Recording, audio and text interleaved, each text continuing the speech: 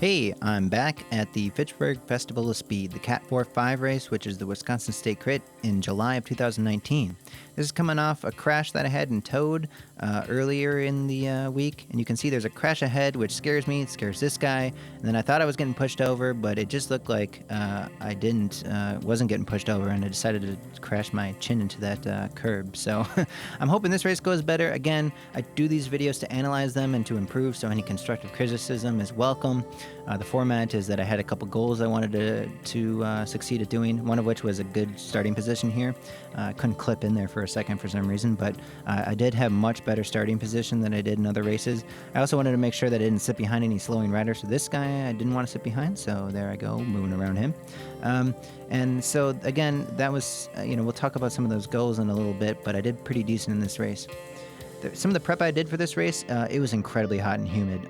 So I did have a water bottle, but I didn't fill it up all the way because I thought I had some electrolytes with me that I was going to use. Unfortunately, I forgot those at my house for some reason. So I was at the start line and I had about a quarter to a half a water bottle for roughly 90 degrees of weather. So it was stupidly hot. And that's one of the water management things I need to learn a little bit more on. I typically don't really have any water in a 40-minute stage if it's not super hot. I think it's just extra weight, and quite frankly, if I need more water in 40 minutes, I should be doing something else. But I need to read up a little bit more on that. So the goals I had for this race was positioning. I wanted to stay in the front. I did that really poorly in the last couple of races, and I wanted to just make sure I was in the front. So positioning was key and the most important, and I think that goal will be sort of the same in the next couple of races, is just making sure my positioning is good. And then we'll talk about that second goal of attacking on the last lap, which sounds like a crazy idea right now, but maybe I'll convince you otherwise. So one of those goals was not to sit up on people, and you can see what happened right there is I just moved up like half the field by just not sitting back in the back. So they'll let me move halfway up the field. Sweet, I'll do that. And that's part of the positioning. So again, this goal about staying in the front group, I kind of define that as having, not allowing gaps to form, and not following riders that will allow gaps, and then also making sure that there might be a couple people behind you in case you drop a wheel. Again, you can't rely on that, but maybe that's part of staying in the front group, is that you're not at the very back. There's at least a couple guys behind you. So part of this positioning thing about not allowing gaps, you got to expect the beginning of these races to be really hard, and that's a lot of the people are going to drop off really quickly. So this guy, for example, just braked through that turn. So I should have maybe recognized that. Why are we breaking through that turn? Maybe I don't want to sit next to that guy. But again, in the beginning, it's really hard. So maybe some of this stuff is sort of hard to recognize. But that's something I need to get better at. So watching some of these guys, like this guy ahead of us in the white, he doesn't have a kit on. So that might be another red flag for somebody to maybe not want to sit on somebody who's not wearing a kit. But again, staying behind some of these riders, I should be sort of flagging them and tagging them as somebody who I don't want to sit behind. Basically, anyone moving back, obviously, is somebody who I don't want to sit behind. But other ones who are doing sort of, dodgy bike stuff, like braking into turns, I also might want to avoid. And so you can kind of see here in this corner, this guy who was braking earlier is right in front of me again. And this is the guy who braked into that corner, and he's taking it pretty shallow. Again, I was taking it shallow too, but he braked right there, and now we're surging at 700 watts just to catch back up, which is obviously common in crits, but maybe not something I want to be doing. So staying in the front was really important. Moving into this corner, you can also see that there's going to be me sitting behind this guy who is braking, and it's going to be a lot more dodgy. So why I did not recognize, we're already at strike 2 with that guy, why I continue to sit behind him. I should have been moving up. And this is the reason why. He starts to brake, and turn out, and almost crash. So dodgy, don't want to sit behind that anymore. So I do think after that turn, I decided that was something I didn't want to continue doing. So this second goal I had about breaking away on the last lap, sort of stupid in a lot of ways. If your race is coming down to sprint, obviously 6th or 7th wheel is going to be best, and then when you get to the sprint, you want to hopefully that Lido train gets you to the point where you can kind of attack and win. But I think some of these Cat 4-5s just don't have the organization that they need. to catch maybe a solo rider without a team like myself. So my goal here was, I thought if I had the chance in this last lap, I should just attack. And, you know, if someone catches me, that's how it goes. But I don't really have much experience for positioning in sprints, and I'm sort of weak at keeping up with a lead out train, and I have a somewhat decent average power over 2 minutes. We also have these issues of like lapped riders, and right here you can see we're just moving around him. It becomes like a maze for some of these lapped riders, which the race organizer said he was gonna not really be pulling anyone. I think later in the race they do, because it just becomes a maze, and it was really starting to get dodgy. I start screaming at some of these guys coming up, which I don't mean to be rude, but you know, some of these things became almost a safety issue, and you'll see a couple of these examples coming up of what I mean by these lapped riders becoming a safety issue. But again, this idea about positioning was really important to me, and recognizing people who I didn't want to sit on. So this guy in the left here, 11 o'clock, he's starting to move back. Why would I sit on the guy who's moving back? So I do have a couple video examples of maybe guys I did recognize during the race to say, that guy's moving back, don't sit on the guy moving back. And also stay near the front. So now I got a couple more guys behind me. So there's a lot of these examples where my positioning was pretty decent in this race. And there's one example which we'll get up to, which I did really poorly on, and luckily saved myself. I also noticed that there was a couple gradual efforts that I made to get back up to the group, but I just didn't really go as far as maybe I should have. So gradual efforts are good, so I'm not surging. But I really just need to continue that gradual effort until I'm drafting on someone, because there's a couple examples in this race where, why am I not on that guy's wheel right now? I should be drafting that guy's wheel. Instead of 300 watts, maybe I'm pushing 250, 200, you know? I should be sitting on somebody's draft a lot more, and there's a couple examples in that. Now this is an example of a guy who is pretty strong, this fellow cause rider ahead, but you can see he might be allowing a couple gaps to form. And so, again, this is maybe a situation where I want to avoid somebody who's going to allow this gap or drop that wheel. And, you know, he would do the same for me, hopefully, if I was behind him. And then that's sort of the idea where I was talking about earlier, where if I had some riders behind me, maybe they would fit that pick up that gap.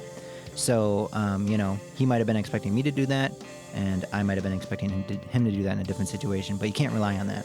So we also have some lapped riders. Here, this guy on the right doing exactly what he should on the outside, but since, you know, we're cornering there, that was just unlucky on my end.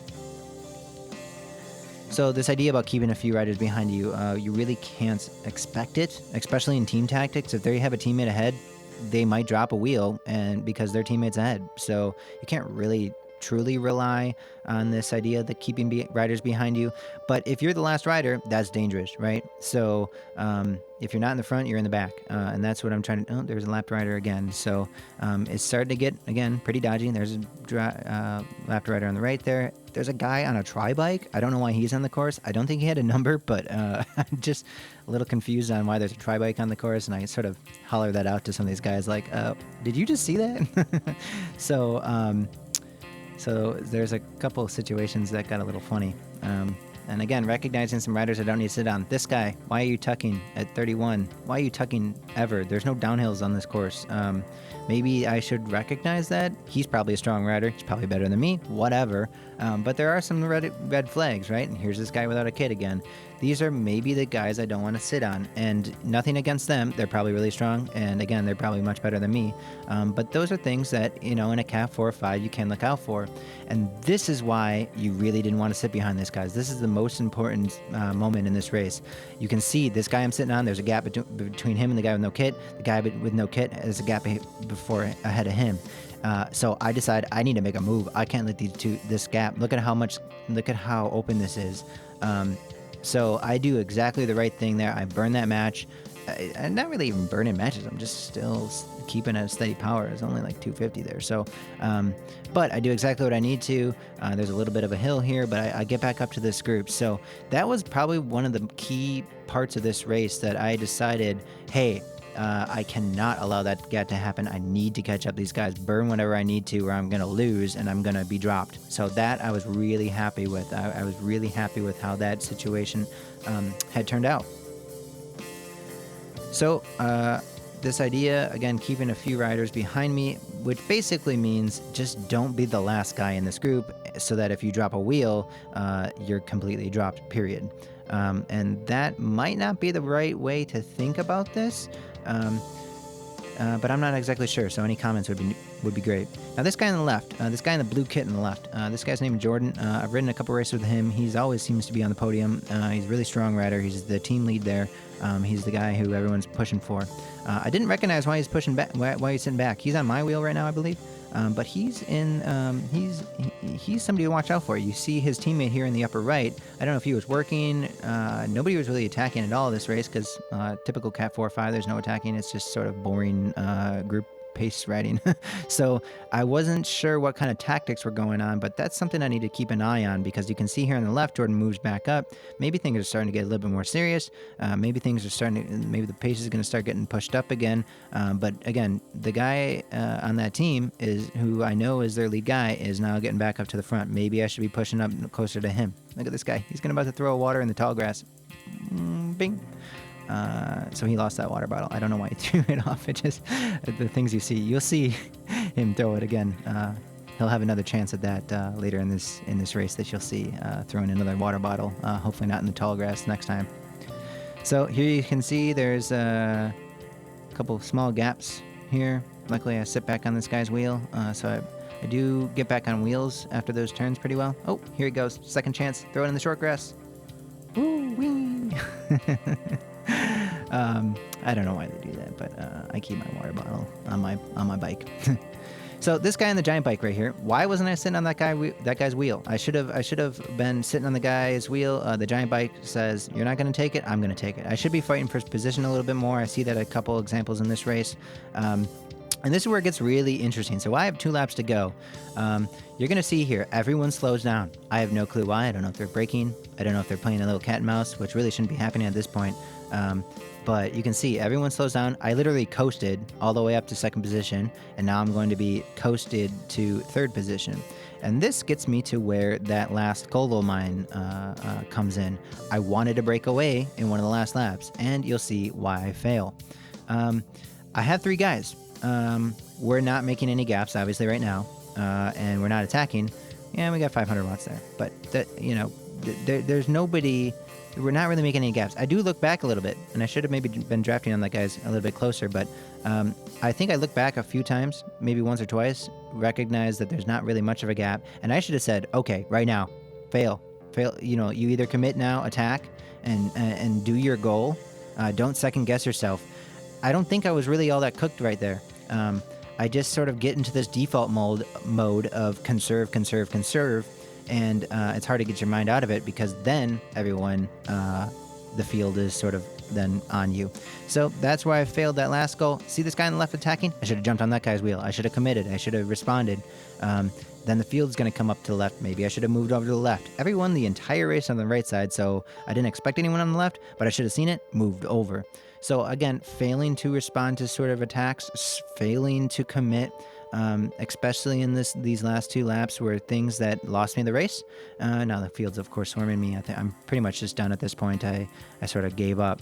But I didn't give up all the way, and you'll see what I mean in a minute. I like to sprint at the end of every race. You're just an idiot if you don't. I just, yes, you lost, but it's sort of just that last sprint finish that makes you that much better of a racer. Even if it's just to beat one guy. Yeah, this isn't a crazy hard sprint, but I just wanted to beat that one guy and sprint to the end, and that's sort of a thing I have to do every race. So this race I did pretty okay.